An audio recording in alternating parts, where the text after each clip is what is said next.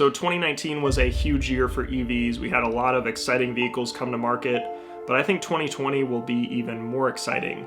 And there are a lot of EVs being released this year, but here are a few that I am most excited for. And first off is the Tesla Model Y, or as I like to call it, the sequel to the Model 3. And that is because I think it's essentially just a bigger Model 3 with more cargo space and more seats. And I think a lot of people like the Model 3, but some people like a bigger car or they want to have more seating capacity. And SUVs are some of the top selling vehicles in the United States. A lot of people that are looking for a Tesla do want more cargo room or more seats and look to the Model X, but it is really expensive, starting at over $80,000. The Model Y, on the other hand, starts at just $48,000.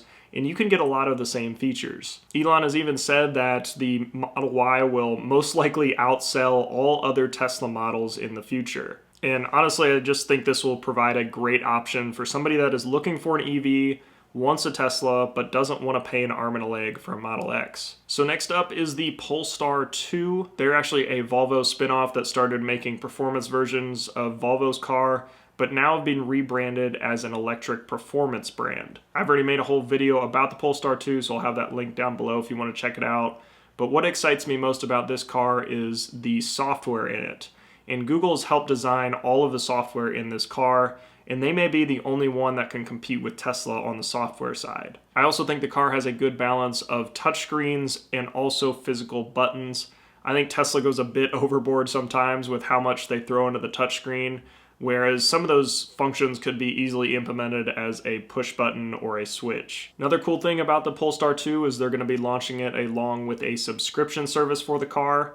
So how this would work is you would basically just pay a monthly fee, which would cover the cost of driving the car, but also any maintenance you may incur while driving. I think this will be a good option for people that want to try an EV for a little bit, but don't want to get caught up in a 3-year lease or own a car for more than 5 years. And that brings us to the Rivia R1T. I think it is the first truck that is fully electric, can perform like a truck, but also looks like a normal truck, unlike the Cybertruck. And a ton of companies are working on electric trucks right now. There is no shortage of concept vehicles that are electric trucks, but I think with all of the financial backing Rivian has gotten over the past year, they'll definitely be able to make the move from startup to fully fledged auto manufacturer. They've gotten investments from T. Rowe Price, Amazon, Ford, BlackRock, Cox Automotive, so they have a ton of capital to get things moving in 2020. They already have a facility ready to go in Normal, Illinois, so they can start production as soon as they have all of the equipment in place. And they actually have been around longer than just the past few years. They were founded in 2009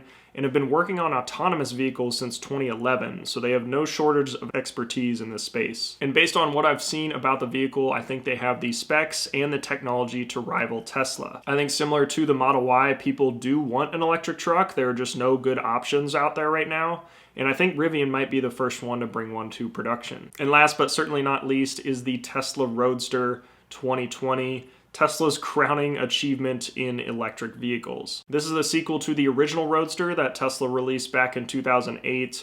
When they were starting the company, it was their first EV and what kind of put them on the map. And I think the specs alone have me excited for this car. Does 0 to 60 in 1.9 seconds and does the quarter mile in under 9 seconds. This thing should smoke absolutely anything in production right now, EV or otherwise. And I really hope it comes to production this year because I just want to see some people get these cars and shoot some up-close video and see what it's actually like to drive this car versus just seeing what we've seen at Tesla events. So that about wraps it up for me. If you enjoyed this video, definitely make sure to hit that like button.